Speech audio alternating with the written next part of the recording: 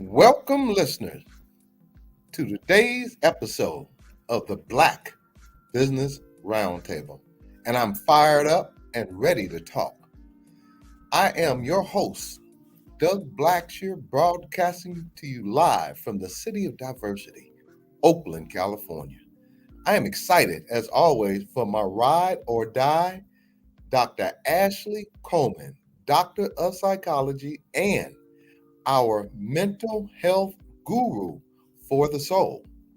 Last week, I introduced Barack D. Obama Shaw.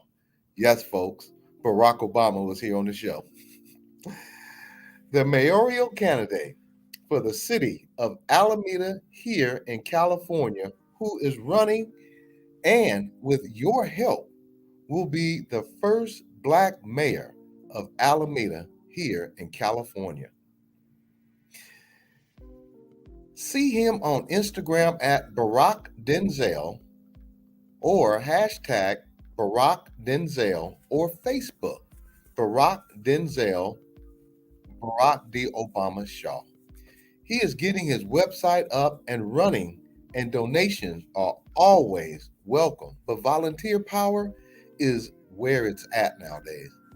Social media gurus, neighborhood canvassing, and literature distribution, phone banking, PR, and students wanting to get involved in a campaign are welcome too. Audience, you did see and hear the Emmy acceptance speech by Cheryl Lee Ralph. She sung the first part of her speech, and told it all about believing in your dream. Once again, believing in your dream and basically not letting go of it. She basically brought the house down.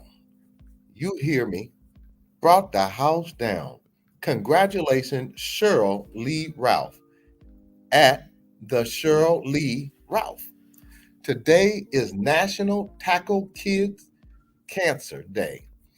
Hashtag Tackle Kids Cancer Day and National Neonatal Nurses Day at Neonatal Nurses Day.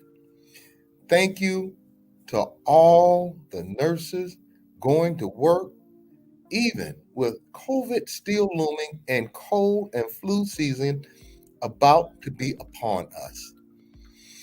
The second full week, September, is National Truck Driver Appreciation Week. Hashtag NTDAW. And yes, folks, I have a Class A driver's license. And let me tell you something. Without us, you would not be able to get your goods and services from your stores, etc. So when you see a truck driver, give them a tap on the horn and say, what's happening? Thank you to all the truckers that kept foods flowing during the lockdown due to COVID. It is also National Historically Black Colleges and University Week. Hashtag NBCU, Historically Black Colleges and University Week. This changes annually, usually the second or third week of September. I want to be sure to remind our listeners once again this week of the Affordable Connectivity Program, ACP. Yes, Affordable Connectivity Program, ACP.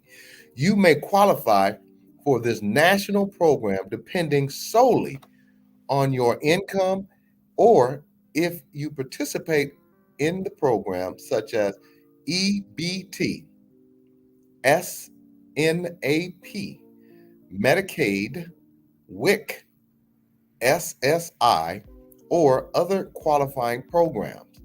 Food stamps or Lifeline utility discount may qualify your household as well for $10 to $30 off your internet bill. Savings you can Savings are usually anywhere from $120 to $360 or more a year. You can't beat that, folks.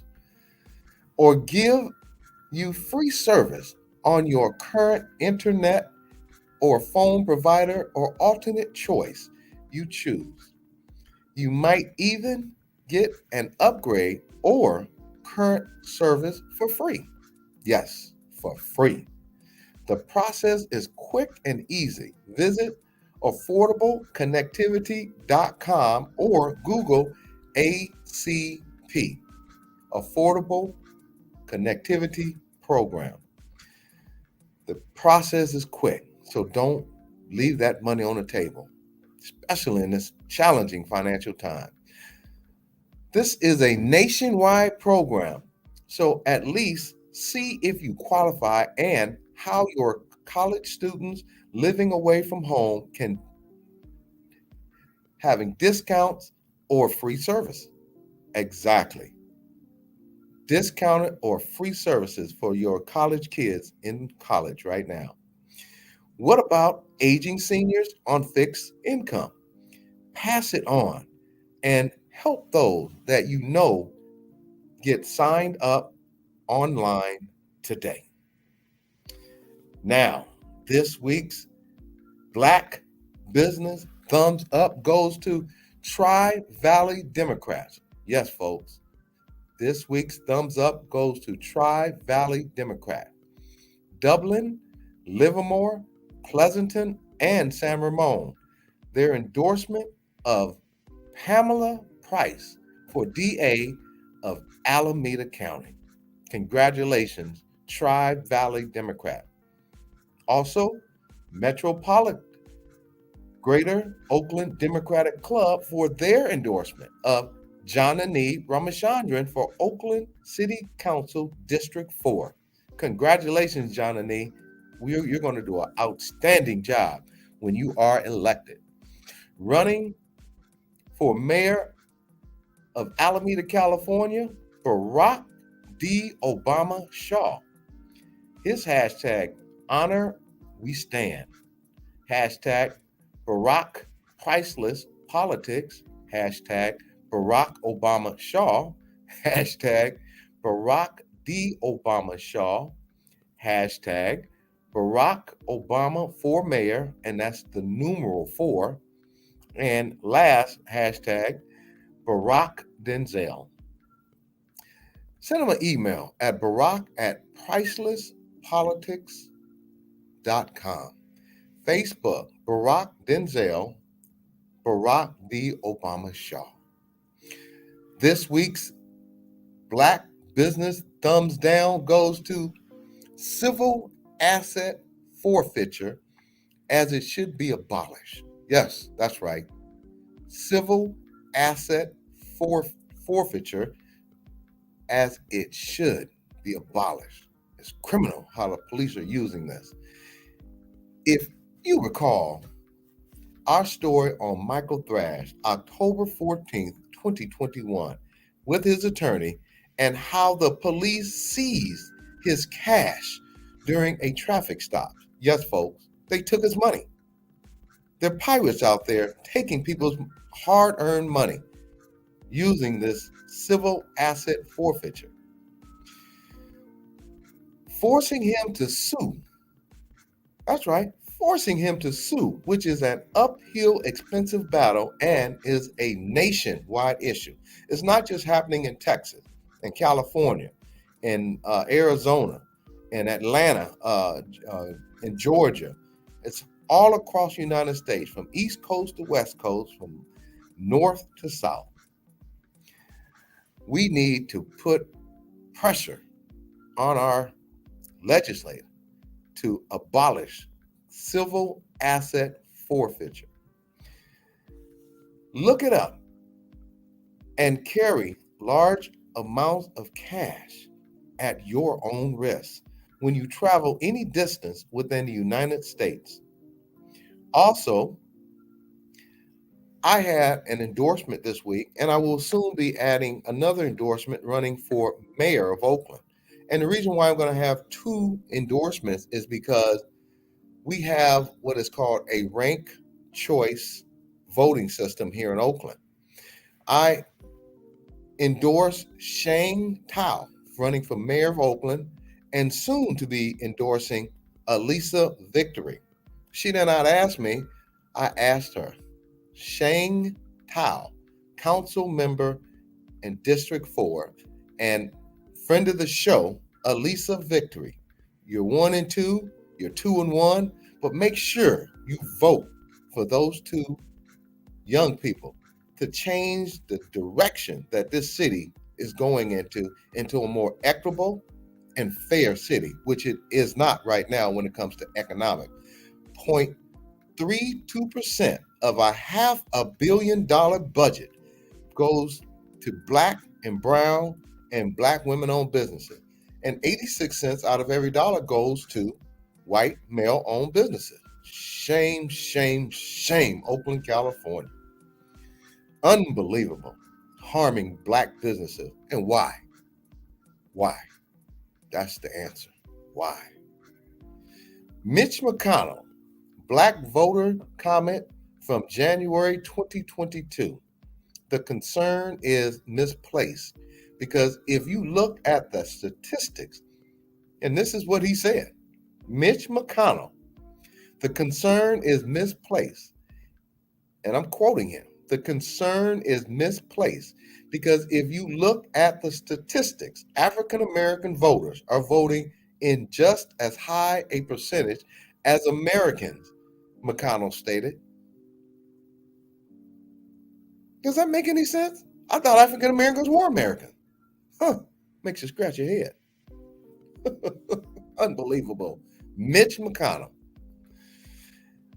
This is still ringing in my ears in September, and as is closing in, I don't want folks to forget some of the things representatives seem to say when they think that we are not truly listening. We need to get out and vote. Vote, vote, vote. Today's show highlights. Today we are speaking with a member of the East Oakland Stadium Alliance, East Oakland Stadium Alliance, EOSA, a coalition of longtime local businesses, workers, labor organizations, and Oakland community members who are deeply concerned about the Oakland A's proposal to leave behind their current Coliseum location in East Oakland and build a new stadium in the middle of Oakland's thriving, working waterfront. That's right. They want to further destroy Oakland's economics by moving from one of the 5th ranked best location Coliseum in the nation, to further destroy economics in a bustling, thriving port of Oakland, California. Shame, shame, shame, John Fisher, owner of the Oakland A's. You ought to be shaming yourself. And bringing back a guest and friend of the show, the man that helped put into play the shutdown of the port a while back. You might recall seeing him on national news. So sit back, relax, and let Dr. Ashley and I do what we do. Here on the Black Business Roundtable today, September 15th, 2022.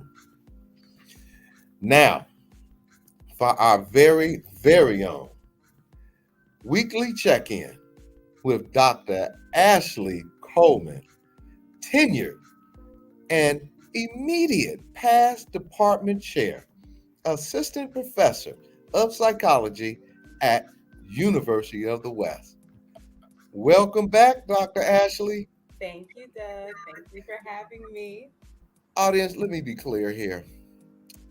Every time I see this woman, this person, my friend, my sister, my colleague, wait a minute, how do you do it?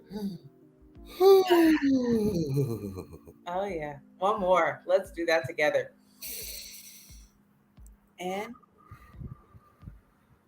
Dr. Ashley, you are a breath of fresh air. You are a cold, ice cold glass of water on a hot, steamy, humid day. Good to see you, sister. thank you, Doug. We also are welcoming onto the show today Cheryl Walton, who is a very powerful player in the city of Oakland, passionate about keeping Oakland strong, intelligent, articulate, and also is going to be a future friend of the show as we are going to have her back. We're going to welcome with open arms Miss Cheryl Walton, the of the East Oakland Stadium Alliance. Website, East Oakland Stadium Alliance. And we're going to have a beautiful PowerPoint presentation that she's going to inform and articulate with detail how this Coliseum project building at the Port of Oakland and this $1 million Disneyland park is going to destroy economics in Oakland, California. Destroy for one billionaire's playground. Website, once again, East Oakland Stadium Alliance, or Facebook at uh, facebook.com Alliance Oakland, or Twitter, Alliance Oakland. Trent Willis, immediate past president of the International Longshore and Warehouse Union, ILWU Local 10. And these two are going to complement in teaching and preaching why it's going to be terrible if they build that ballpark and those $1 million condos down here in downtown Oakland at the waterfront at the Port of Oakland, causing further mayhem. Now, for the national highlight, no matter where you live, congratulations to Georgia candidate Marcus Flowers, friend of the show, running for Congress. Senator Raphael Warnock, he is running for his second term as senator down there in Georgia. Stacey Abrams, the one who was beat and cheated out of the governorship of Georgia by a referee and a candidate. Yes, he refereed his own dog and pony show when he ran for governor in Georgia. Also, welcoming and supporting Florida candidate Val Demings for being in the running in her respective race in Florida. Locally, the winners are Pamela Price, and I just mentioned her earlier for her endorsement of the Tri-Valley Democrat. Yasina, and I think I'm pronouncing that, Yasina Sanchez, who knocked the socks, shoes, shirts, and shorts off 20-year seat filler Gregory Ahern. Bye-bye, and remember, don't let the door hit you where the good Lord split you. I hope you made enough money, Sheriff Ahern, because you got time to go spend all that empire money you made running shotgun as sheriff in Alameda County. Have a nice day. Also, remember, watch out for our new friend, Barack D. Obama Shaw. Audience, I love saying that. Barack D. Obama Shaw, running for mayor of the city of Alameda, and hashtag Barack Priceless Politics, Instagram at Barack Denzel. Give the gift of paying it forward and register to vote and help your community this year and your future. Instagram at Marcus4, and that's the numeral 4 Georgia, or website Marcus4, and that's FOR Georgia.com. Hashtag Send Congress Flowers. I love that. Send Congress Flowers is his hashtag. Instagram at Raphael Warnock, or his website, warnock4georgia.com. Hashtag Warnock4, and that's FOR Senate. Instagram at Stacey Abrams or StaceyAbrams.com. Hashtag Stacey Abrams. Instagram at Val Demings or ValDeming.com. Hashtag Val Deming. Now, I love girl.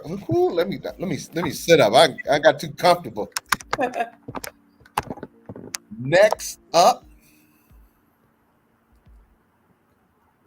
dun, dun, dun, dun, with our very own, and I have to practice saying that before each show, Dr. Ashley, with our very own, Dr. Ashley Coleman, Doctor of Psychology. Dr. Ashley, please take us away. Thank you. Thank you, Doug. Greetings to our listeners. For those of you who are streaming live with us, I'm wearing I'm wearing my Howard t-shirt, and also Howard University recently formed a partnership with Jordan Brand. And so I am happily debuting one of the t-shirts, just demonstrating that endorsement. And just again, as we gear up for HBCU week in September. So on this day, September 15th, 1963, and it's not always easy, but I want to acknowledge again the Equal Justice Initiative and their calendar of, again, salient experiences that our people have endured. 4 Black girls were killed in the church bombing in Birmingham, Alabama. And again, this is 1963. So within the lifetimes of many of our relatives' recent history, needing to reiterate that because sometimes our counterparts don't understand that we're talking about recent history. On the morning of Sunday, September 15th, 1963, a white man was seen placing a box under the steps of the 16th Street Baptist Church in Birmingham, Alabama.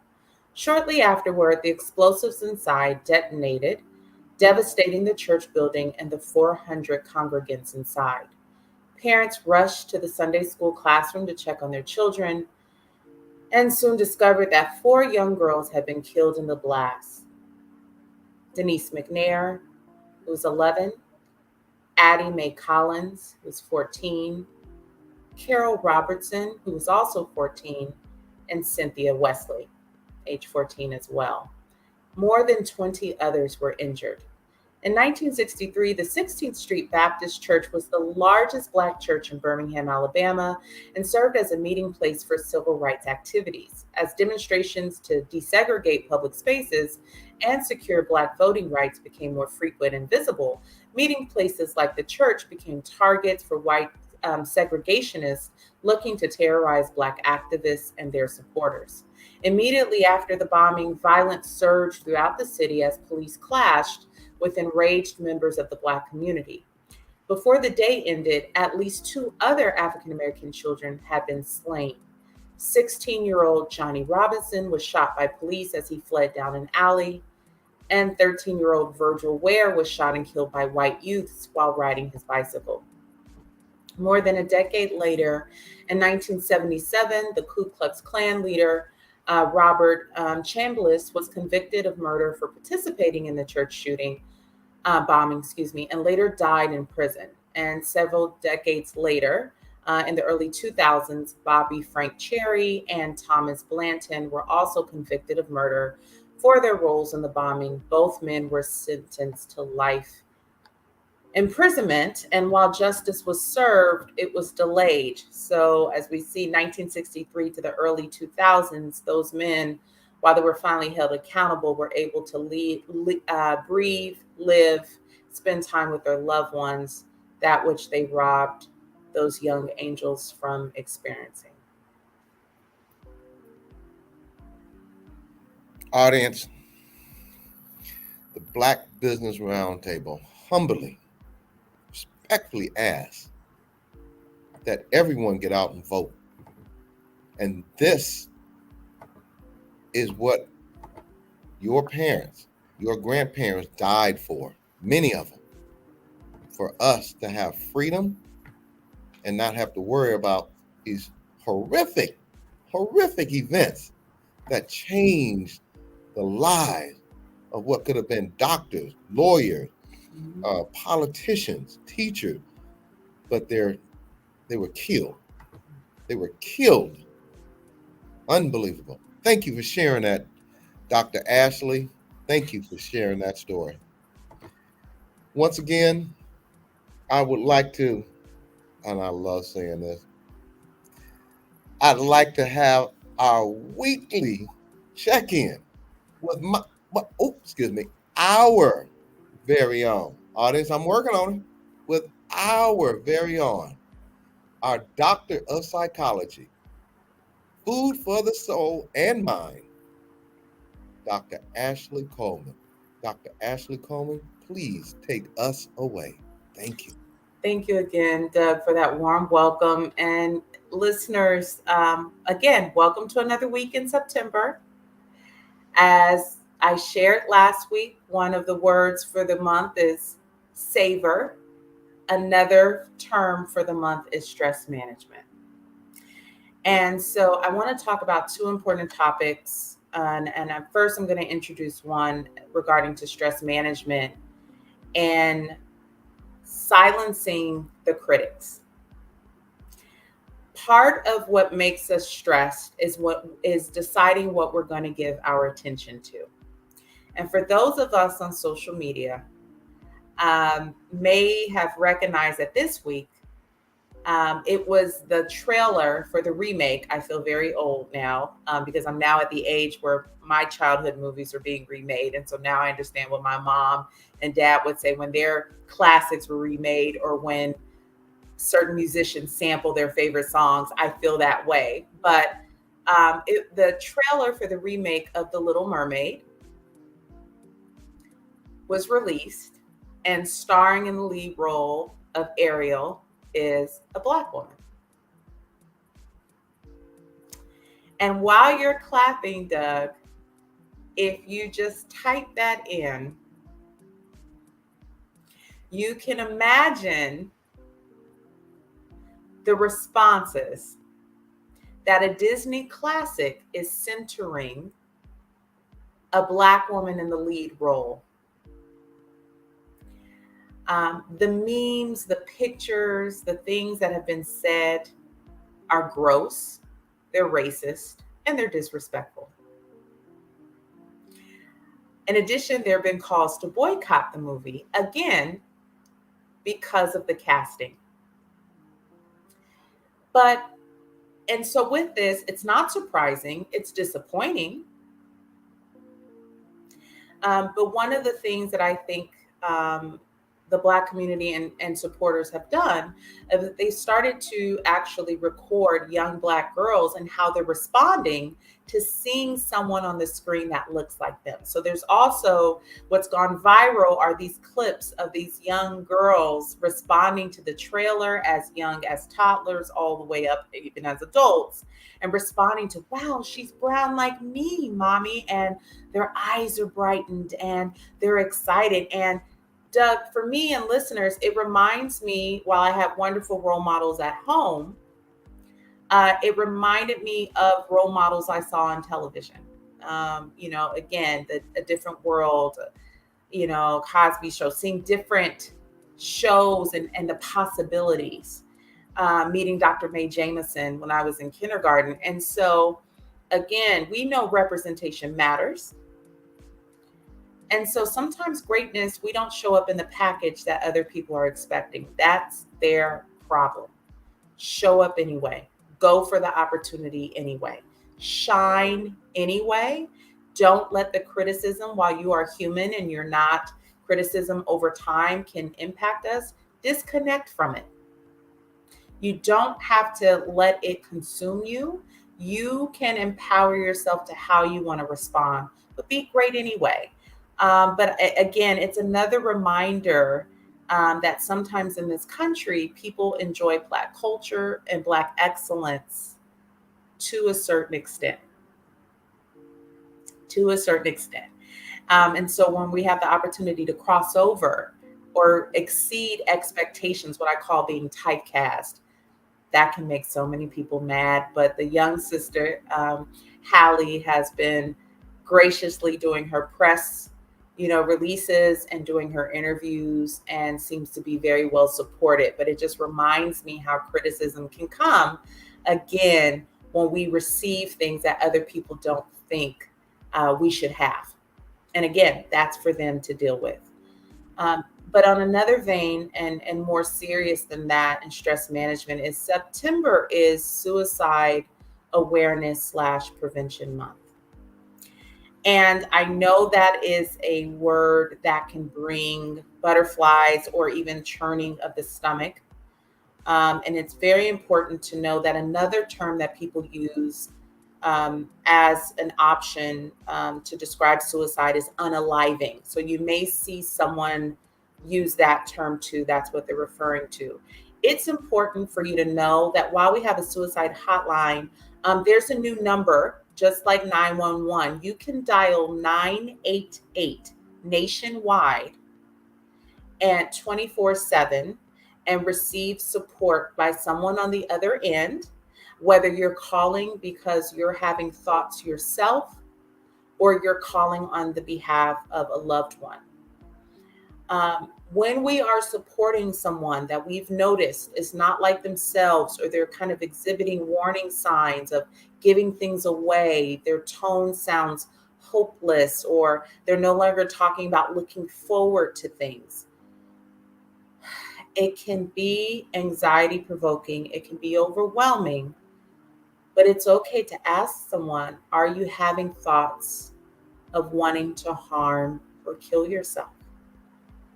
It's also another way to ask that, are you having thoughts of not wanting to be here, not wanting to wake up, not caring if something bad were to happen to you? And I just want to reiterate this, that asking about suicide is not suggesting suicide. Usually asking about it relieves the other party because they know that they won't scare you if they tell you the truth, if they've thought about it, even if it's a fleeting thought. And so there are resources, again, dialing 988. You can always have someone do a welfare check on someone that you care about, getting them connected to resources. Again, therapy for Black girls, .com, therapy for Black men.org, using Psychology Today, going to your nearest emergency room. So there are ways to get people help, but we just want to make sure, again, that you're asking about, if you see something, if you suspect something shifted, just letting people know that you care about them, again, and that you can handle their tough time. You are a safe person. Dr. Ashley, it's very critical that our audience saw how you connected the first story with the second story. And the reason why I say connected it, because 60 years ago, when they had that horrific bombing at the church, and then how you just brought into play the visual of seeing people who look like you and I on the big screen TV in whether it be real life story, drama, or animated or fiction, to see people like you and me on the screen. Audience, it gives our young Black and brown boys and girls hope. Hope. And I'll liken that to when President Obama, my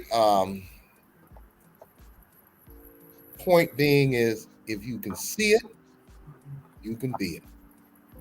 Thank you, Dr. Ashley, my friend, my colleague, my ride or die. You know how to hook it up. and also our behind the scenes producer. Yes. All right, folks, we are getting right on time here, and it brings me honor with great humbleness and respect for this person who we're having on the show today. Audience, I cannot tell you enough about how this person has positively affected our community. She fights the good fight. She brings the battle to the front door to equality, fighting for economics for all people in the city of Oakland. She is a beacon of light, not only to her neighborhood, but to her community, but to the city of Oakland, Alameda County, and the state of California. It is my honor. It is my let me sit up here. It is my honor, my privilege to bring on Miss Cheryl Walton. Welcome, Cheryl Walton of Oakland, California, the hero of the city. Welcome, welcome, welcome. How are you today? I'm doing very well, Doug, Mr. Blackshear. How are you? And Dr. Ashley, thank you so much. You're just so good about the calmness and the provision, so that those of us who are coming behind you are more than ready now in order to deliver, because that spiritual guidance is something I need all the time in doing this hard work that Doug was talking about. Thank you, Ms. Cheryl, for your kind words and welcome. We're so excited to have you join us today. Thank you. So I'm going to do a little bit of an introduction of myself so folks will know a little bit about me. So I'm an Oakland native, been here a long time. I'm an elder. I live in District 7. I was raised and educated here. My background before retiring was in public health. I'm a community organizer for the East Oakland Stadium Alliance, which I'm going to do a PowerPoint on today to really kind of delve into some of the nitty-gritty, like the financial pieces of it and some of what we need from the listeners today as we go forward. Now, how I got all engaged in this is because I am a proud family member of a whole bunch of ILWU Local 10 workers who work, my daddy, my granddaddy, my great uncles, my mother's brothers, and now my cousins and folks are all ILWU. And so therefore, that really increased my passion for the fight to support our port and support our maritime workers at the Port of Oakland. And so I am personally and passionately opposed to the A's owner, John Fisher's proposed real estate project at the Howard Terminal. Howard Terminal is one of another part of our port, you know, and in the long run, if this project goes through, it will jeopardize our work in port, maritime workers' jobs, resources that come from and into our port. And John Fisher, the owner of the A's, already owns 50% of the Oakland Coliseum land. Where in 1960, I must say, my mother, along with many others of us, that we lived on 75th Avenue. And our backyard went all the way to 73rd Avenue, right? 73rd. And they sure did implement eminent domain, the city did, in the 60s, and took our backyard all the way down 75th Avenue and to create Hagenberger Road so that the A's who were coming in 1964 will have a better access for transportation to and from. So we have given to the A's way back in the 60s. Cheryl, can you explain to our audience what is eminent domain so that they are clear? Oh, Jesus. Here. Eminent domain is a process by which the city can come, and if they need to widen a road or to build to do economic development, if the city wants to do that, they want to take over your land, they can take it. And so in this case, we're talking about at the time it was all African Americans, hardworking blue collar folk. Mom and dad and everybody, we owned the little cleaners and everything right there on 73rd Avenue. They took the cleaners. We had to move next door so that they could have that space as well as our backyard. So that's, you can look it up in the dictionary. You got eminent domain. All I know, as a young person, the backyard that I played in was gone. Wow. Okay, that's right. So I want to just say that here, Fisher, the owner of the A's, he already owns. He bought 50% of the Coliseum land, and this is where White Front and all of those where we used to go to White Front and whatever. He has the land, and already in this area, the transportation, the like I said, the EIR and the CEQA is already approved. Transportation is already there.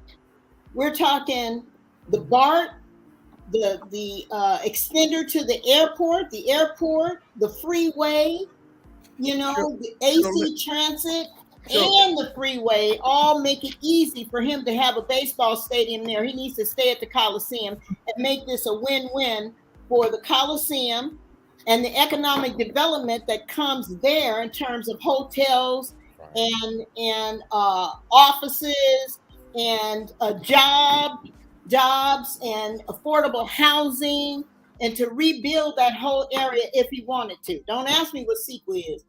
Well, can you let our audience know what an EIR is? It's an environmental impact report. Environmental impact report. And I think the one for the Howard Terminal was 3,600 pages. 3,600 pages full of technicalities about the impact that it would have on the waterfront. And so the Coliseum, what I was just saying, we've already had that, and you have to go through a process to get it passed. You have community meetings, you have, folks and those businesses and all those that might be impacted to respond to the environmental impact report. And so what I'm saying is that the Coliseum, it has already been approved. So therefore, the Coliseum is ready to have the A's stay their behinds there, invest their money into rebuilding a beautiful stadium, bringing us some renderings. And we've already met with them years ago, prior to this whole Howard Terminal thing. I participated in it. But anyway, what I would like to do now, though, is talk about why would they want to move to the Howard Terminal, to the waterfront? Why they want to take some of the port's land, some of this public land, in order to put a stadium there, $1 million condominiums, offices, and what have you? Because have you been to Howard Terminal and seen the view that they would have of San Francisco across the water? It's gorgeous. This is a real estate grab. John Fisher could take the A's and take them to Las Vegas or anywhere he wants to take. It's all about the rest of the real estate development. He's going to do that anyway once he gets the land. See, people are getting all excited about some A's stadium. They're going to be sitting right next to the Raiders, and he's going to own that land and half the Coliseum land. And let me ask you one question before we proceed. Who in the city of Oakland just went to Washington, D.C. to ask the vice president of the United States, who used to live in Oakland, for $500 million for $1 billion playground? If you know. Thank you. Well, I think it was Mayor Libby Schaaf. Get out of here. Yeah.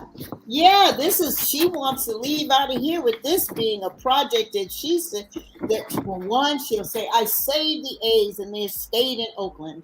And this puts a feather in her cap moving forward in terms of putting such a big project in place before she leaves in just a couple of months. And won't even mention the African American Sports and Entertainment Group. That's I can't, and I'm gonna shut up after this. But no, it's okay. I can't understand what is so hard for cheerleading Libby, who has a picture on. If you Google cheerleading Libby Shaft, you'll see her between two black girls in high school going, "Ha!" But she won't mention that Oakland, California will be the first in the nation to have a black NFL-owned team and a black WNBA team here at the Coliseum. But I'm just throwing that out there. I'm sorry. Go That's ahead. right. That's on the other 50% of the land that's owned by the city. And the African American Sports and Entertainment Group is leasing. And I hear that they're having difficulty communicating because John Fisher won't even meet with them. So, and there needs to be a partnership or a collaboration between these two so that they can move forward on any kind of development that's going to happen. As you know, that's the way it happens for economic development. You have to partner. Mm-hmm. You have to partner. You have to let folks that you're going to be living next to and building next to know what's going on. They got to buy into it. Thus, what I was just saying, even about the EIR, you have to do that even in a partnership. Well, I'm not going to say it's because he's a black group. I'm not going to say that, but look at it if there were a white group of investors trying to do this, and that's all I'm going to say. That's all I'm going to say. Okay. Go ahead, Cheryl. Let our audience get enlightened with your wisdom of this city. Thank you. Well, I know a lot about our city, but I'm going to try to stay focused on the topic at hand. And that is, I like I was saying, they're going to have this, if we don't stop this process, if we don't oppose, if we don't show up and speak up and put our foot down about what we need and to protect our maritime area, it's going to be a big problem. And like I've told many folks, I may not even be living to follow this thing through because it takes time. It takes time to develop. It takes time to see any so-called community benefits that are coming and what have you.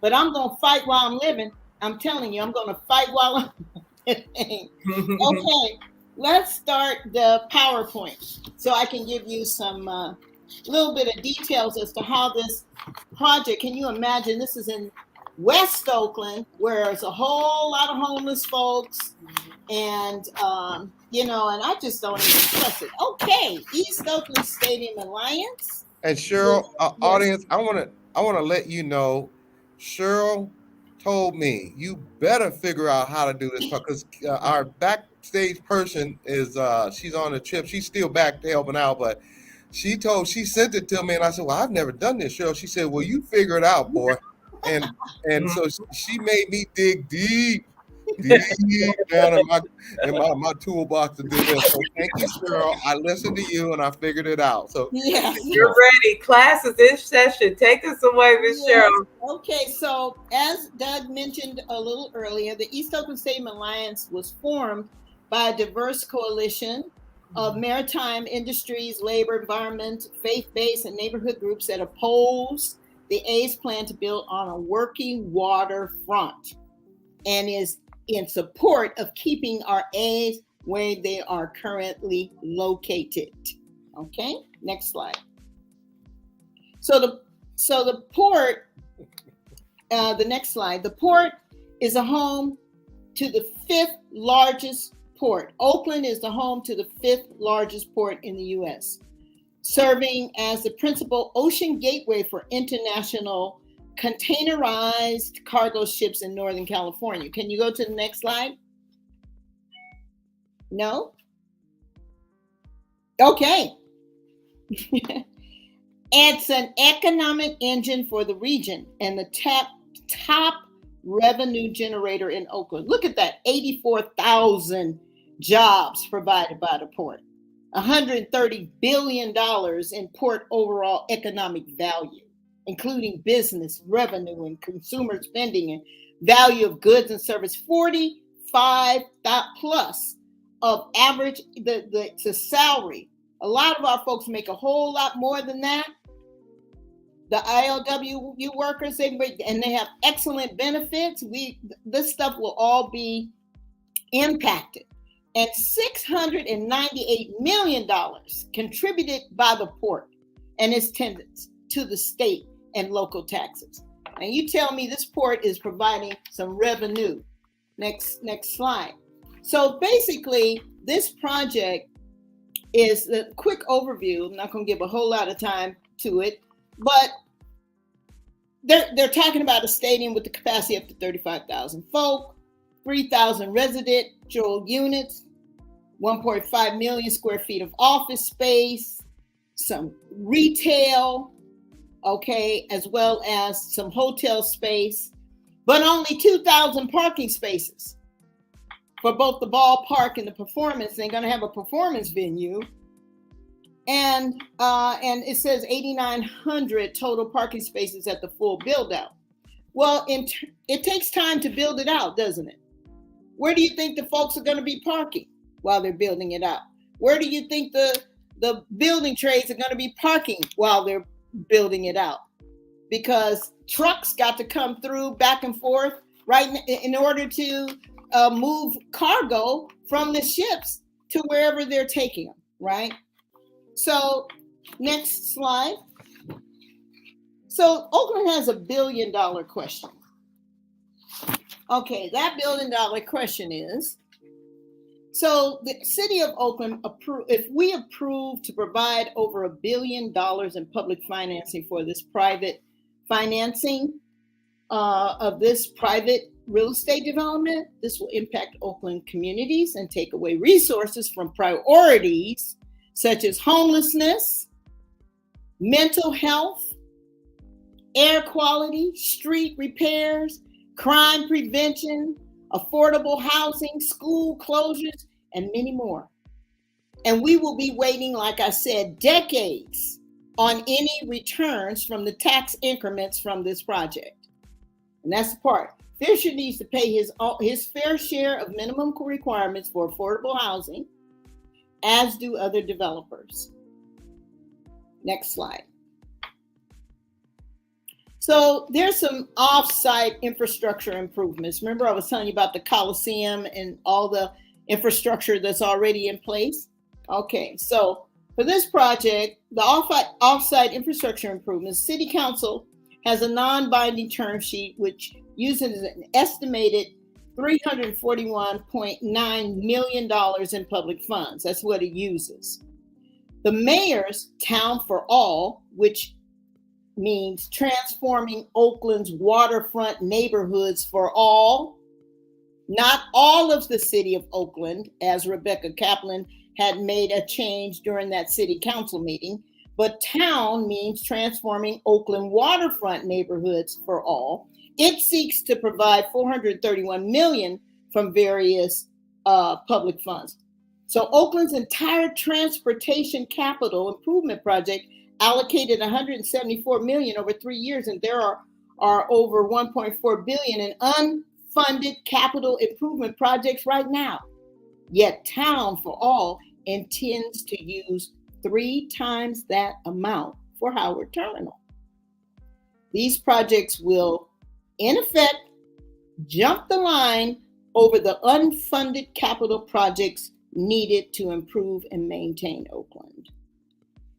So, as it says here, the A's will front $495 million for developments on-site infrastructure improvements and be reimbursed up to 80% of the proceeds from the Howard Terminal, IFD, which means $688 million could be paid back to the A's. These are funds that could be going to the city's general fund and used to serve the public good, not a real estate development. So there has been no discussion about whether this project deserves priority over neglected needs, including those in East Oakland. Okay, next. So while the A's initially promised $450 million in community benefits, there was a group, I think it was over 100 residents who volunteered for 3 years to share what they would like to see in terms of community benefits. The A's promised $450 million in community benefits that they would pay for this, but they have since reneged, is the word that I use, and now relying on the city to use public money, totaling $400 million to pay for the benefits over 66 years. Okay, and here it breaks it down, those right there on the screen. All right, so the city's contribution to the community fund is expected to be $400 million, while the A's would contribute only the required fee of $11 million to the fund. All right. So this is all about the money. So in the next slide, you will see that there have been some votes that the city council has made and some other regional group, a commission has made. So in July 2021, the city council approved the non-binding development agreement, which established a 35% affordable housing target and to spend hundreds of millions on infrastructure. In February of this year, the city council approved the EIR. Despite the fact that there are gaps and unmet mitigations, such as seaport compatibility measures that have not been taken care of. In June 22, yes. Can you let our audience know what the effect is once they start digging into that dirt to those residents over there in that area, all that toxic chemicals that's going to just cause all kind of health issues? Thank you. Well, I remember you and I had this conversation once before, but my background in environmental health, I learned what I learned at UC Berkeley was that when the wind blows, those toxins are not only going to go to West Oakland, it just depends on which way the wind blows. It can get to Richmond. It can impact the region. So it's no telling what's down in Howard Terminal. What was there? What kind of junk, oil, and all kinds of toxins that will come up in the dust that will be created as a result of the digging. I know that. But, and our kids, a lot of times we wonder why our children, right now we have a lot of that going on because a lot of our African American and now Latino communities live in areas that are industrial, right? And we have a lot of issues around the effect that these toxins will have on the system. And some of them, these children have learning disabilities as a result of it. So we really need to be careful. And so we need to have this seaport compatibility measures and study done so we can really understand. And that's why folks need to show up and ask for this and demand this, because our city will be impacted. It depends on which way the wind blows. And therefore, there is a win. I think a judge I know a judge has determined that one key area of the EIR that is incomplete is the potential of a wind tunnel occurring, which needs further study by the city. Okay? Because these are high rises and everything else is going to go up and put a wall up, but it's going to still cause the wind to kind of move in certain kinds of ways. We need to think through that. And lastly, second to the last here, June 2022, the Bay Conservation, BCDC, Bay Conservation Development Commission, which is when you talk about the Bay Conservation, we're talking about the whole region, San Mateo, San Francisco, Solano, Contra Costa, Alameda County, made up of commissioners who are supervisors and mayors throughout this area. They approved the removal of the Howard Terminal from Port Priority Use designation, which gives a go for the Howard Terminal to then, for the A's owner to now develop this commercial development. And then lastly, there were thousands of Oaklanders who completed a survey that they said they wanted to be able to vote on this $855 million of public funds. They want to be able to say where they want their money to go. And I gave you a list of where it could go. You know, in Oakland, we are suffering with all of those issues and more that I didn't even list. And the city council rejected the request of thousands of Oakland voters to place a measure on the 2022 ballot this November to allow us to weigh in on whether the city should spend public funds on infrastructure for the A's project. So one of the ways in which you could help out those who are listening,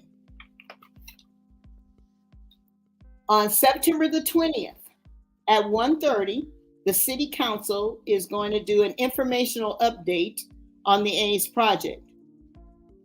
So back in April, which I attended, the Oakland City Council Rules Committee unanimously agreed to schedule Council Member Noel Gallo's resolution for an independent financial analysis of the Oakland A's Howard Terminal project and public workshop for this September 20th.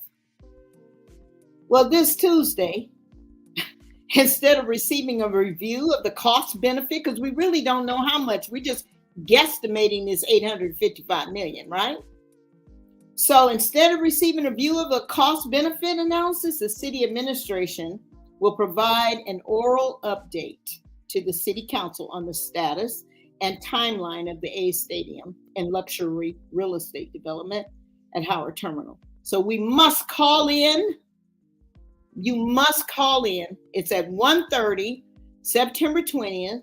Call in and make sure that you listen to the update, but push for the analysis to still happen. Okay, we don't need them to get away with not doing an independent third-party analysis, not from the A's and not from the administrator's office. Okay, so join us. And because we need transparency, and you need to attend the hearing and support the city council's resolution calling for this. Okay? And city council, Tuesday, September 20th at 1:30. And I think if you go to the next page, they will see the link. Can you move it up a little bit? No, huh? There's a link. And then lastly, you can always go to www.eastoaklandstadiumalliance.com. That's on the very last page, and get information about the city council meeting, as well as more information about the EOSA, East Oakland Stadium Alliance. Thank you. That was a outstanding audience. Now you see why I gave her such a humongous introduction. Oh, goodness. Take me back to school, sister, and you teach the class. Outstanding job. Audience, we had some questions to ask, but we would like, if it's okay with you, Mrs. Walton, Professor Walton, we're having Mr. Willis, immediate past president, coming on to the show.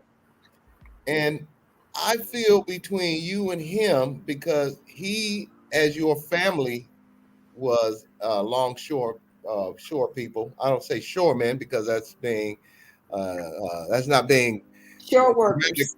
Shore workers, international shore workers, and longshore people.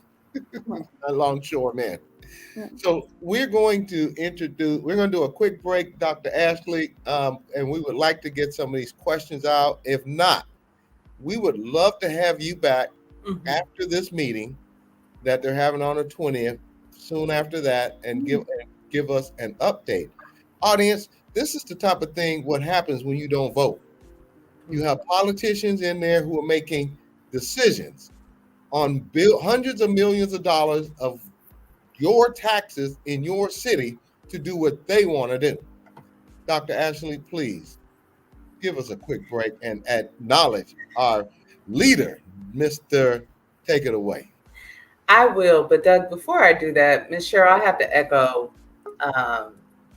what Doug said. I love learning, a lifetime learner, and you just laid that out so thoroughly. In my mind, the wheels are turning, and that's the mark of a great instructor. I'm still stuck on the impact on our children, the environmental impact, the reverberations of the fiscal impact of not addressing the needs, and whether reneging happens on agreements or on the spades table, it's always negative. And so I'm still, my mind in numbers. So I know this is going to stay with me. And again, we look forward to you coming back and speaking on this. But wow, my mind is thinking about solutions and frustration. And that's okay. Remember, audience, certain emotions help us with choices. And so let your anger and frustration lead to advocacy.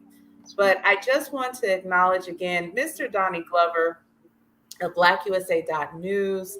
Thank you again for this wonderful platform. We have some other wonderful programming and sister shows. There's Chapin Friends on Mondays, Party Marty Let's Talk on Tuesdays. There's Black USA Crypto News with Kamal Hubbard on Fridays. Again, he knows all about blockchain and cryptocurrency. On Saturdays, we also have the Blackout Live from New York with Sister Tajmir. And on Sundays, we have 60 Minutes and Black USA with Michael Haney. To join our BBRT advertising family or to be a possible guest on the show, reach us via our email address, bbrt2021@hotmail.com. In that email, please include your company name and its details and website for vetting consideration. And additionally, our social justice warrior, Janani Ramachandran, friend of the show and running for District 4 in Oakland. Visit her to learn more about her campaign. There's Janani, FOR, Oakland.com, as well as visit her Instagram page via her handle at Janani 4 Oakland. And she shared with us that the campaign is going strong. And she's been recently endorsed by John George Democratic Club, NGO Democratic Club, and Wellstone Democratic Club. Yard signs are available. Sign up on her website. Doug, back to you. We have some, solutions, advocacy, something has to give. Oh. As you see, audience, you will get the real news on BlackUSA.News Podcast Network. Thank you. And we hope that you can stick around for a few minutes for our next dynamic guest. And if you can stick around through the whole show, because audience, I can tell you between these two people, you will start marching in the streets of Oakland just like Slap did. Thank you. I would like to say, and I would like to welcome back and say, a friend of the show, a leader in the community, and a fighter for economics for all people. We would like to welcome back friend of the show, Mr. Trent Willis of the ILWU, immediate past president for the Local 10 International Longshore and Warehouse Workers. Welcome back, Trent. Hi, greetings. Thank you. It's good to be back. Hey, let me tell you something, Dr. Ashley. I feel like we ready to start a revolution with the two people who are sitting on this stage right here, this brother and this sister. Hey, Cheryl. Hey, Trent. Well, thank you, Trent, for appearing once again on the Black Business Roundtable. In regards to the Howard Terminal, this is an information sheet, Howard Terminal, just for the facts. It is reported that the Howard Terminal is vacant or surplus, but anyone visiting the port can see for themselves the actual fact. The port is a bustling, a moving, a dynamic, the fifth largest port in this nation, and the very fabric of the community. Would you agree? Absolutely, and I'll also add to that, because there is a lot of badly needed infrastructure work um, for the Port of Oakland that needs to be done in regards to making sure that cargo flows through the port streamless, and that it's not a problem and a problem for the supply chain when cargo does come to the Port of Oakland.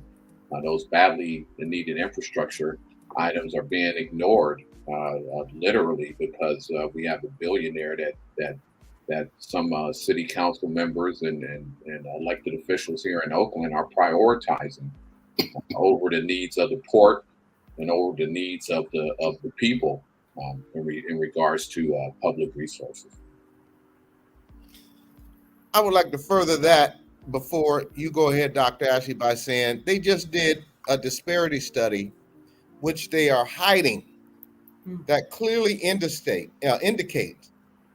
that as the city of Oakland spends, we won't even say pennies, we'll spend fraction of a fraction of those hundreds of millions, if not billions of dollars, mostly on white male-owned businesses.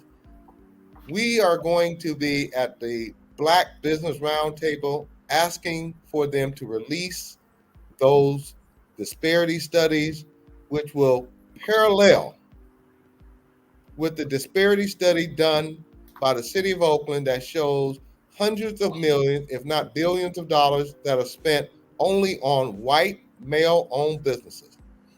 Oakland, California, and the Port of Oakland, California, you ought to be shaming yourself. Shame, shame, shame. Dr. Ashley, I got to get something to squeeze. I left my ball at home. Go ahead with the next question. Shame. Trent is happy to have you back as always, and you always provide an enlightening and invaluable perspective to our listeners. And our listeners go beyond the local region and span throughout the country. I'm squeezing my ball because I've been activated, and again, I'm ready to come back up the 5 from Los Angeles and get active for Oakland. Here's just the pitch down the middle to make it plain again. There are approximately 84,000 jobs that are provided through the port and the Bay Area partners.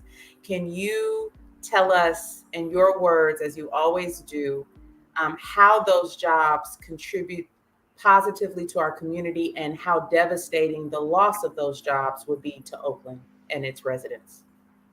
Okay, well, it's very simple. Your audience can just think of it as 84,000 people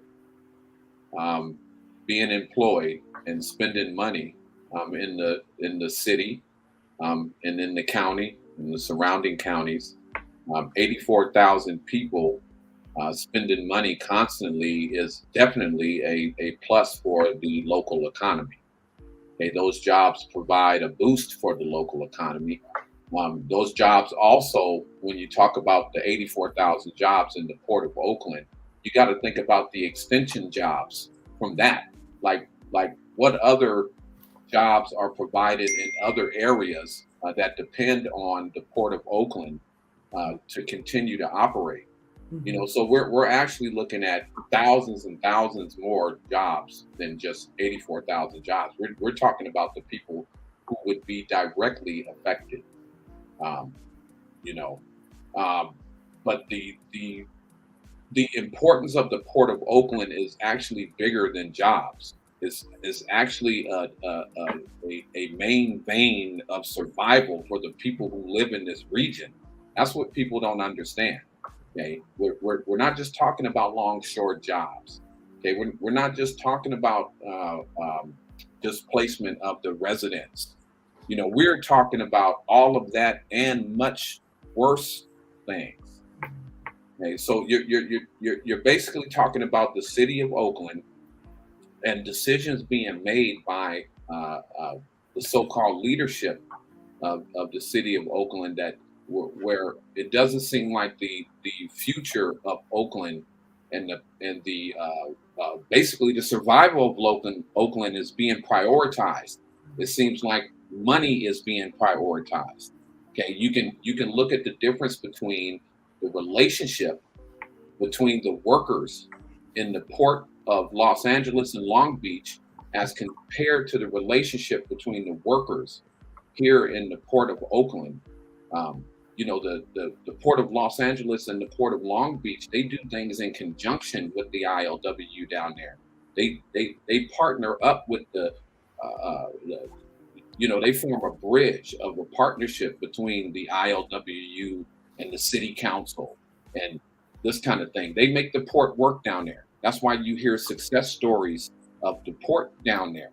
Here, the Port of Oakland, the leadership in the Port of Oakland right now is acting as though the ILWU and the workers that make the port run here are the enemy. They are literally working against us.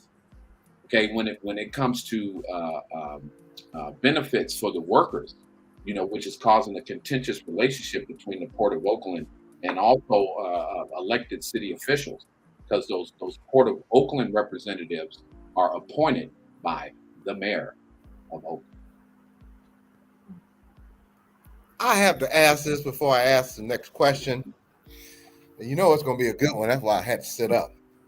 Mr. Willis and Mrs. Walton, what type of work did your fathers do?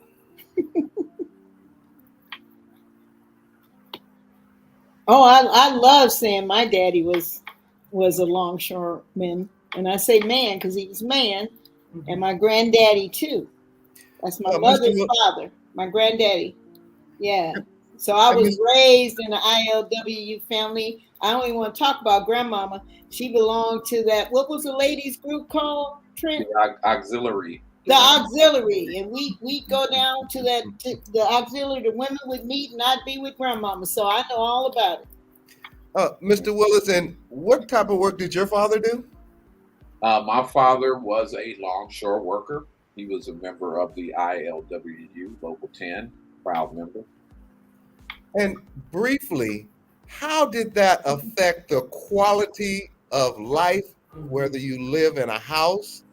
And I can honestly say, I know if your father was a longshoreman, you could afford a house. How did it affect your medical? How did it affect your education? How did it affect your socialization? Don't get me to rapping over here. So please, and be brief, because we have a lot, but I want our audience to know. And Mr. Trent, my last question before I ask my next question is, what is the percentage of people who work down there who look like us on this stage here? Thank you very much, sir. Okay. Well, to answer your last question, the percentage of the brothers and sisters who look like you and I on the waterfront, and I'm including all of the longshore locals, not just Local 10, Local 34, and Local 91, as well as the IBU is a sister union of ours, is probably between those locals, you probably have close to 80% African American membership there, maybe a little less. But there's definitely a dominant African American presence in the waterfront here in the Northern California, in the Bay Area, I should say. And briefly, the first question, we'll go to Mrs. Walton. How did it affect where you live How did it affect your education? How did it affect your socialization? How did it even affect your vacation? Well, definitely provided the best at Kaiser. And I think it was granddaddy or my uncle, my mother's brother, who said there would be no Kaiser if it wasn't for ILWU, period. And so ILWU provides some of the best benefits, especially around healthcare, that you can get, period. And then, of course, you had a middle income in terms of Black folks. And we owned homes, and like I said, Mom had a business and so did Granddaddy. And my daddy was a barber in addition to be ILW worker. So it was, so it really provided a safety net and an opportunity to pass down wealth. And you, Mr. Willis? Yeah, I agree with that 400%, because in my household in particular, the fact that my dad was able to have a job that had a strong foundation, a salary that was good enough for him to take care of his family as well as provide a house. All of the items that are listed under the American Dream list. Okay, my dad was able to provide as far as education. Okay, it freed up time for my mom because she didn't have to go out and struggle to help him as much. So she was able to start her own business. I was able to receive a very decent education. Didn't have to worry about eating what I was going to eat when I got home, and a lot of the things people don't think about that disadvantaged brothers and sisters have to go through, and we all know that the majority, disproportionately, of disadvantaged people in this country are always people of color and Black. So I was very fortunate to grow up in a household where my dad had a job and was in a strong union like the ILWU, was able to provide the bare necessities, and even with that, just to say this, when I was growing up, we weren't rich. Okay, we struggled, to get by, just like the majority of the people in the United States. It was just that my dad was in a union that made the employers pay a decent enough wage where he could take advantage of the American dream or partially take advantage of the American dream. Okay. That should be the basic standard for every worker in the United States of America. I'm talking about even a worker that works for Burger King. I don't care who you work for. There should be a basic standard of living. Okay, the national living wage shouldn't still be $7.25 an hour, because I'm gonna guarantee you, if my dad had been making $7.25 an hour or the equivalent back when he was starting working, I would not be on your show right now. So I'll wrap it up by saying this allowed both of you to have generational wealth passed on. Yes. Thank you for that answer. And then even right now, Doug, we are in the midst of a pretty contentious contract negotiations with the Pacific Maritime Association. That's why I have this banner behind me right now in United Bargain. That's because the ILWU, coast-wise, not only in the Bay Area, is involved in contract negotiations right now where, just to give you basic information, the employers have made billions and billions of dollars off of the supply chain congestion by raising the container costs. Billions and billions of dollars, the ocean carriers, the terminal operators, and the employers, and they don't want to share those profits with us, or they're hard timing us right now when we're trying to negotiate, fair profit sharing, the money that they made off of our backs. So I want your audience to know that too, and we're still struggling and fighting for that good health care that Cheryl and I enjoy.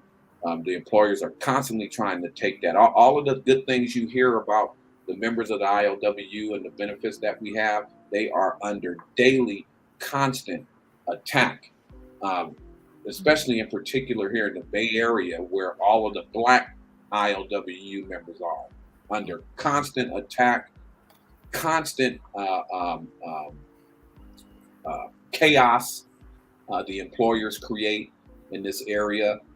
There are even, if you look at the coast, you'll see the difference between the Bay Area ILWU and the rest of the coast is glaring astronomical. Even within our organization, where we have these good wages, we are still discriminated against here in the Bay Area for being majority Black.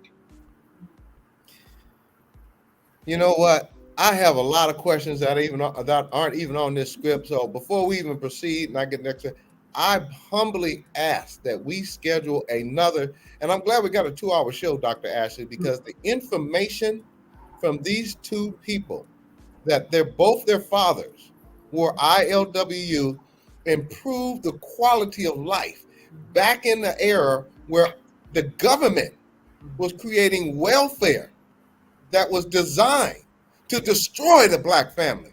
Ought to be shame of yourself, America. Shame, shame, shame, shame, shame. Okay, Dr. Ashley, I'm gonna look at you. Calm down. Let me go to the next question, Mr. Willis. Breathe, breathe. One of those stress balls. Doug, before you do it, and next time you're stress ball, can we also just acknowledge the mothers of Trent and Miss Cheryl and this idea of being business owners? So Black women businesses and this legacy. So we have power couples and then multiple talents that were able to be explored. So there's so much there. I'm gonna take off my clinical hat because we think about Black love and Black men and Black women needing to collaborate. That's for my millennials and under. We're working on that. But I just wanted to acknowledge again that partnership and teamwork that your parents had and how beautiful that is.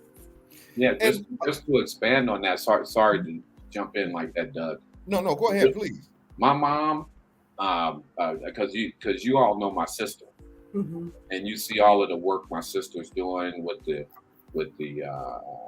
chamber, Black Chamber of Commerce, Oakland Black Chamber, with the Women's Council, real estate brokers, with WAPA, the Black women's organizations and all of that thing. All of that came basically from my mom. My mom was really an anchor in our house. I mean, literally ran our house, which allowed my dad, he just had to get up and go to work in the morning and, make it possible for us to live. And she took care of mostly everything else, So I'm glad you brought that up and reminded me to mention that. My sister's carrying right along in her footsteps. Black America, as you heard it here first, our government back in the 60s made it impossible for the Black man to make good wages as an ILWU, and my dad was a Teamster. He made good money as a Teamster, which destroyed the family. And that's why it's critical. It's life-changing that you get out there and vote. Mr. Willis, Trent, my next question. The average annual salary of a port-related job is approximately $45,342 a year annually. Would you say that is a good fundamental wage for the Oakland Bay Area? No. Not gonna even act like that you can't you'd be able to live. I mean, you wouldn't starve to death. You might be able to keep yourself out of the weather and the elements. But as far as having any type of quality of life, where you're not struggling every day for survival, is that wage will, and I'm not trying to sound like I'm exaggerating either. I mean, everybody here, with the exception of Dr. Ashley, lives in the Bay Area, in particular Oakland, and you can't get the smallest 2-bedroom shack is over $1 million. The rent is $4,000 a month in some areas. You could probably get a studio for $2,500. How are you going to take care of a family? If you have a family, if you have 3 kids, you're going to have a 3-bedroom apartment at least, or a 3-bedroom house, or 3-bedroom apartment is $4,500 a month. So, I don't have to say the rest of the expenses and things. If I throw gas in there, yeah, then we start seeing the ramifications of not being able to earn a decent living wage. What and before you ask this question, Doc, you know where I'm going next. What's the average wage of a ILWU person? Thank you, sir. Well, the average wage of an ILWU member is kind of hard to calculate because of the structure that we work under. Because you can kind of work as much as you want, depending on what status you are. Okay, so if you're a Class A member, that means you're a journeyman that have passed all of your seniority requirements. Class A is the highest seniority level. So of course you can earn much more money and have much more job opportunities at jobs than let's say a B member who is still working on moving up through seniority. Then we have casuals. So we have all of those different classifications of workers all mixed together, and the average earning potential for each of them is different. Okay, so if you add all of them together, which the majority of ILW members are average earners, you might get around 70,000, as an average, maybe a little more. But with that said, that doesn't say we have many longshoremen that make well over $100,000 because of the way they work. Some of them make even more, and the employers exploit that every time we're in contract negotiations. They start putting out what our foremen make. Our foremen, they make a lot of money. And our foremen have high salaries. Okay, the longshore clerks, okay, they make quite a bit, but you have to already be an A member before you can go to those locals. See, so those locals are Class A earning locals.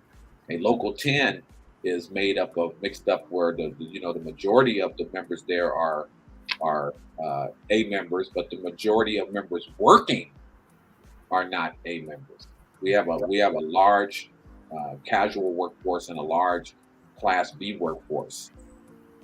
That's struggling to make it, so we have to realize that, especially the casual workforce.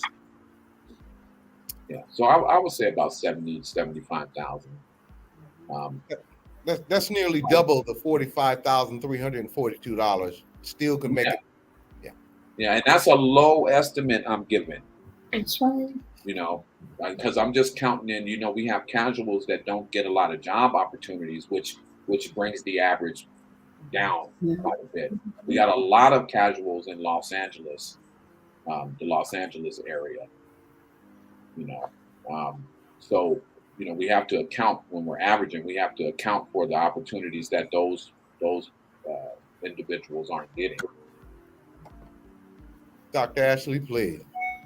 Yes, I'm again just responding to as an Oakland native who hears my peers love our beloved city of Oakland and want to continue the legacy of our parents of being homeowners and not being able to, and being priced out, because we're the ones that were told, if you get your education, if you do this, if you do that, you'll be able to get that legacy. And so we're those older millennials, we're seeing that formula is not necessarily working out in California. And so having to consider living in other states, renting longer than we want to, And so again, just that impact. But that's great to hear. There's still places and opportunities, job opportunities to thrive, and that we're trying to protect those. So with that, okay, Trent. So state and local taxes total approximately $700 billion. Ms. Cheryl, I'm still thinking about the numbers from your PowerPoint. So state and local taxes total approximately $700 billion by the port and its tenants. Again, what would it do to Oakland to lose this revenue? Well, I mean, you pretty much just said it. I mean, if anybody can imagine the today we're operating, and then tomorrow we have 700 billion less dollars in the city, you're gonna see the ramifications of that. There's no way the effects from that will not be seen. Okay. Now the only problem is that most of the time, if something like that happens, we're not gonna all go through that together like evenly, and everybody in the city is gonna evenly take a hit. No, it's gonna be the black and brown people who are gonna take the hit from the destruction of the port. It's going to be the people who live on the edge that could fall on either side of the fence any day. Those are the people who are going to be affected and displaced, and just set on a path of destruction. This is why it's so dangerous. So, when they talk about privileged people, that's the part of the picture the privileged people don't look at. They don't see that part, okay? Because if Oakland loses $700 billion tomorrow, John Fisher ain't gonna have nothing gonna happen to him. Okay, he's not gonna have to move to Alabama. Okay, he can stay right here. He's not gonna be displaced or outed, and none of his friends are. So they don't care. Where's my ball? Here you go. You're laughing about Alabama, but it's so real, especially in COVID. Just how many people, forced migration. Right. I mean, you can go all the way back to when you look at the plight of Black people, because we're talking about different circumstances, right? You can go back to the original circumstance, which was around 1870, around there, 1870 through 1877, when we had this thing called Reconstruction. We've been in Reconstruction ever since then. Wow. Okay? Reconstruction has never taken place and been completed. Okay? Because there is always an interference, there is always an uprising of white supremacy when Reconstruction is attempted to be completed. So all of these different times in history where you saw an interruption happen when Black people were just at that pinnacle where we were getting ready to get some things we deserve and some opportunity, and something will happen and you'll get a Trump per se. Or you'll get you'll get what happened in the 1870s. You'll get a backlash, and all of this negative propaganda put out about Black people to keep us from advancing. So that's still happening now, and even within the ILWU, you have whispers and rumors are going around, especially with the employers, that we're the black sheep port. Our members are stupid, and we don't know how to act. We a bunch of crazy, N-words, and we don't know what we're doing. And that is the exact same thing that happened in the 1870s. So when we're talking about these economic struggles and these fights against John Fisher and these billionaires and all that, we're still fighting that same fight. That same fight. We're fighting misinformation, propaganda. When we spoke against the stadium at the BCDC, the BCDC voted to redesignate the area for non-commercial use, as I reported on previous show. And they did it after they were convinced by misinformation. Okay? Doug opened the show up and asked about Howard Terminal. If you drive by Howard Terminal right now, there's probably about 10,000 containers stacked up in there. And there's probably like 15, 20 ILW workers working there right now as I'm talking to you. Okay. But Trent, Malcolm X said it eloquently over 50 years ago. Media is the most powerful entity in the universe because media can make a black man look innocent or guilty. It can make a white man look innocent or guilty. And 9.999999999% of the time, when you look at white media in white America, it doesn't want to show a brother like you or a sister like Ms. Walton or Mrs. Walton or a doctor like Dr. Ashley. It doesn't want to show. It wants to show us with baggy pants, smoking blunts, drinking 40s, hanging out in front of the liquor store. It doesn't want to show intelligent, articulate. Shame on you, America. Shame, shame, shame. Well, it's kind of interesting for what you just said, Doug. Is exactly what happened in the 1870s. At the beginning of Reconstruction, Black people started doing very well in the 1870s. We were the majority population in the South.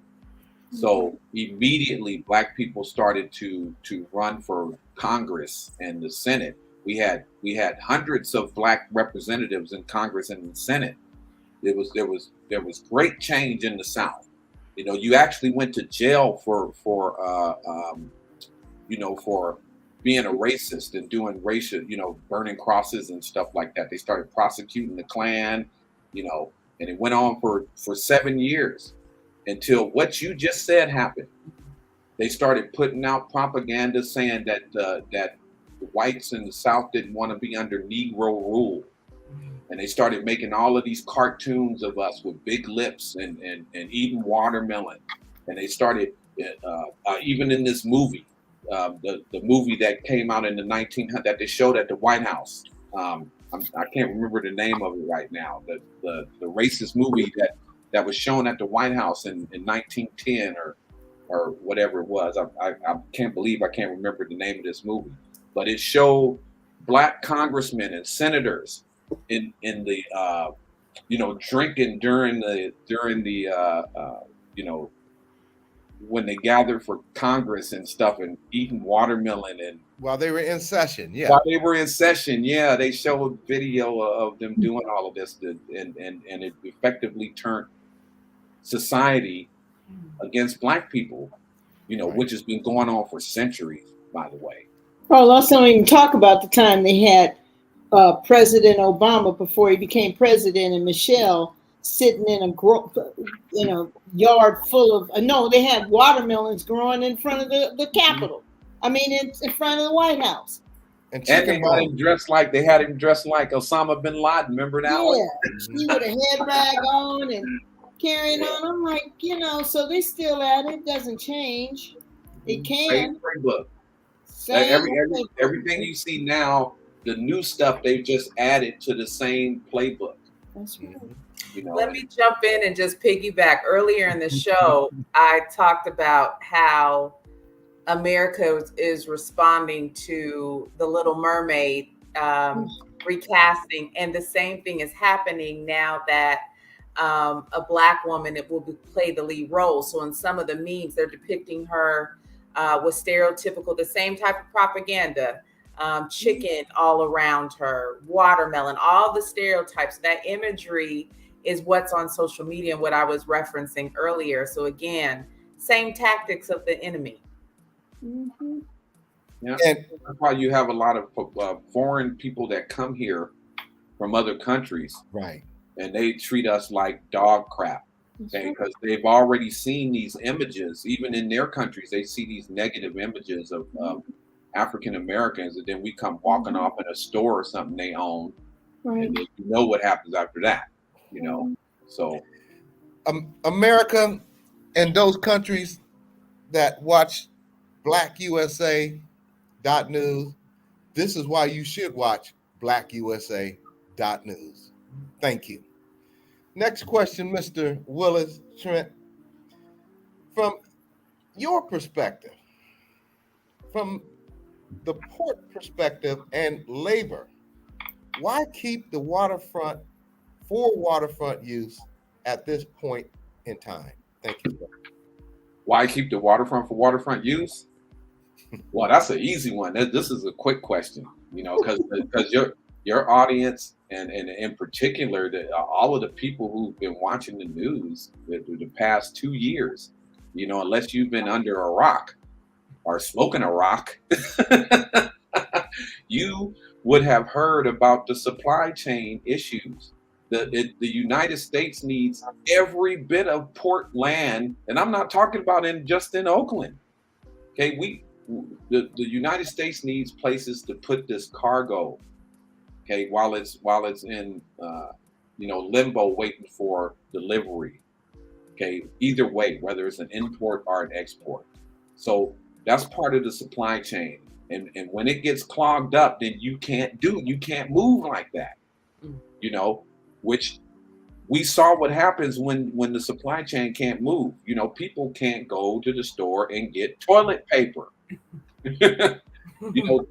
Things people ordered. Even corporations and big business suffer from that because they can't get things like computer chips for the cars. And you can't get car parts and all of the little things that we don't think about. Start to become affected without that port there. So, I don't have to say anything else other than that. A vein that supplies not only the city of Oakland and the county of Alameda, but all of the surrounding counties, including San Francisco. Okay, because they've already messed up their port there. They sold out to the tourist industry. So exactly. Yeah, if the Port of Oakland's not there, where are the supplies going to come from? Okay, don't take a rocket scientist to figure that one out. Stevie Wonder can see that one. Dr. Ashley, please ask him. I will. I'm thinking about, again, what we're still missing. We have baby formula supply issues. Right. Sanitary napkins are being hoarded. So that's a whole thing that's happening as well. So yeah, still having those supply chain issues, especially down here in SoCal. So here we are, second to last question, but we could keep this conversation going. So Trent, please tell our audience why Oakland needs to say no to truck displacement and protect the Howard Terminal. Okay, so that can actually be a long question, and sometimes I'll get going, and but I'm gonna try to keep this one short.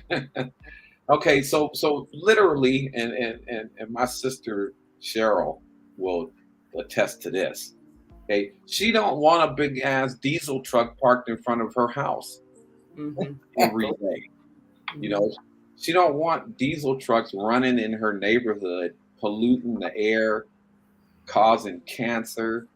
She got to breathe that pollution. They sit there and they idle. They have to idle, especially if they have a reefer, perishable goods and stuff like that. The neighborhoods that we live in are designed for living. They're not designed for industrial parking and trucks. You start getting potholes in the streets. You start damaging your cars and stuff. It's just trucks and neighborhoods do not go together at all.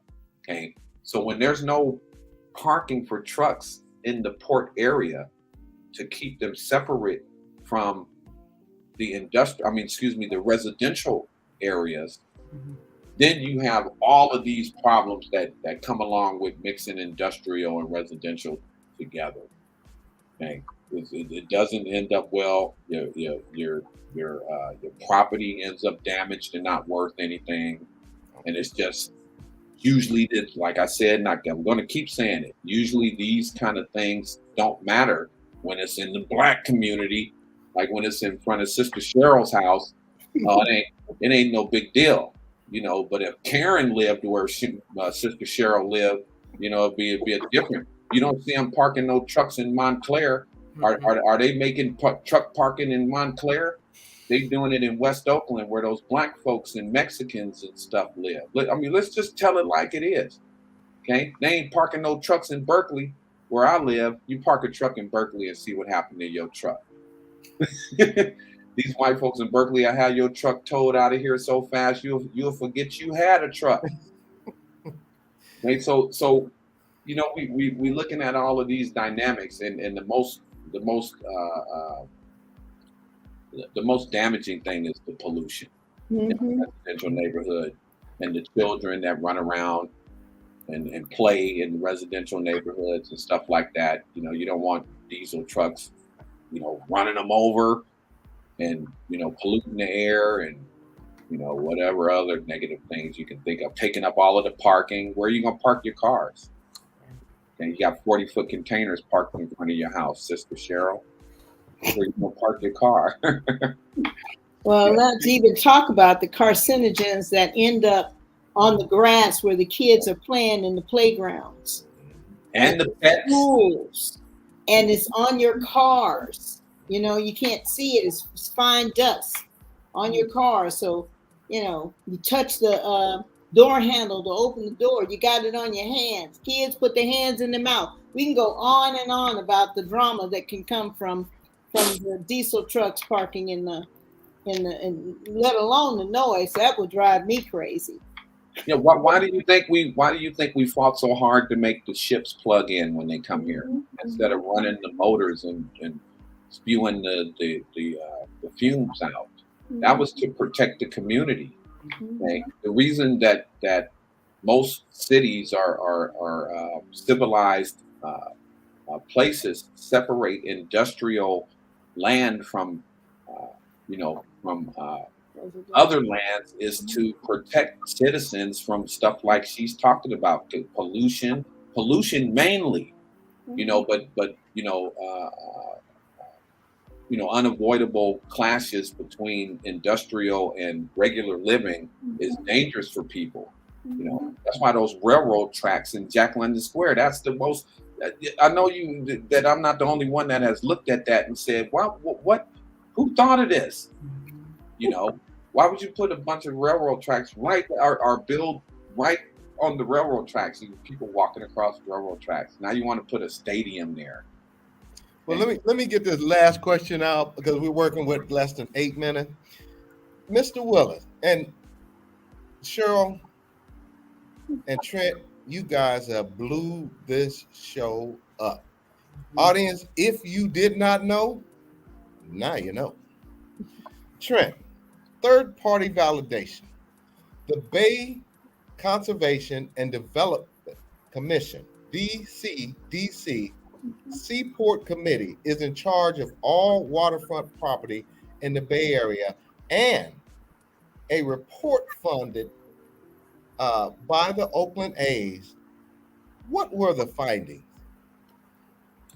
Say that again, the report. You talking about the report from the Oakland A's?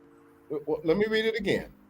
A third-party validation for this Disneyland for one rich billionaire. The Bay Conservation and Development Commission, BCDC. Seaport Committee is in charge of all waterfront property in the Bay Area, and a report funded by the Oakland A's. That's the key. Funded by the Oakland A's. Right. John Fisher. What were the findings?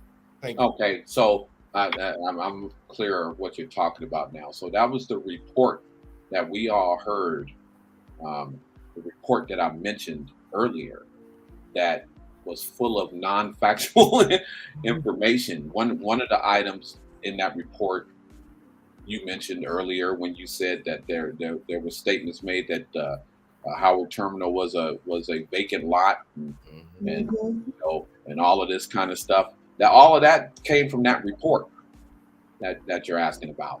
So the A's put together, I'm just going to make it basic for your audience. Okay.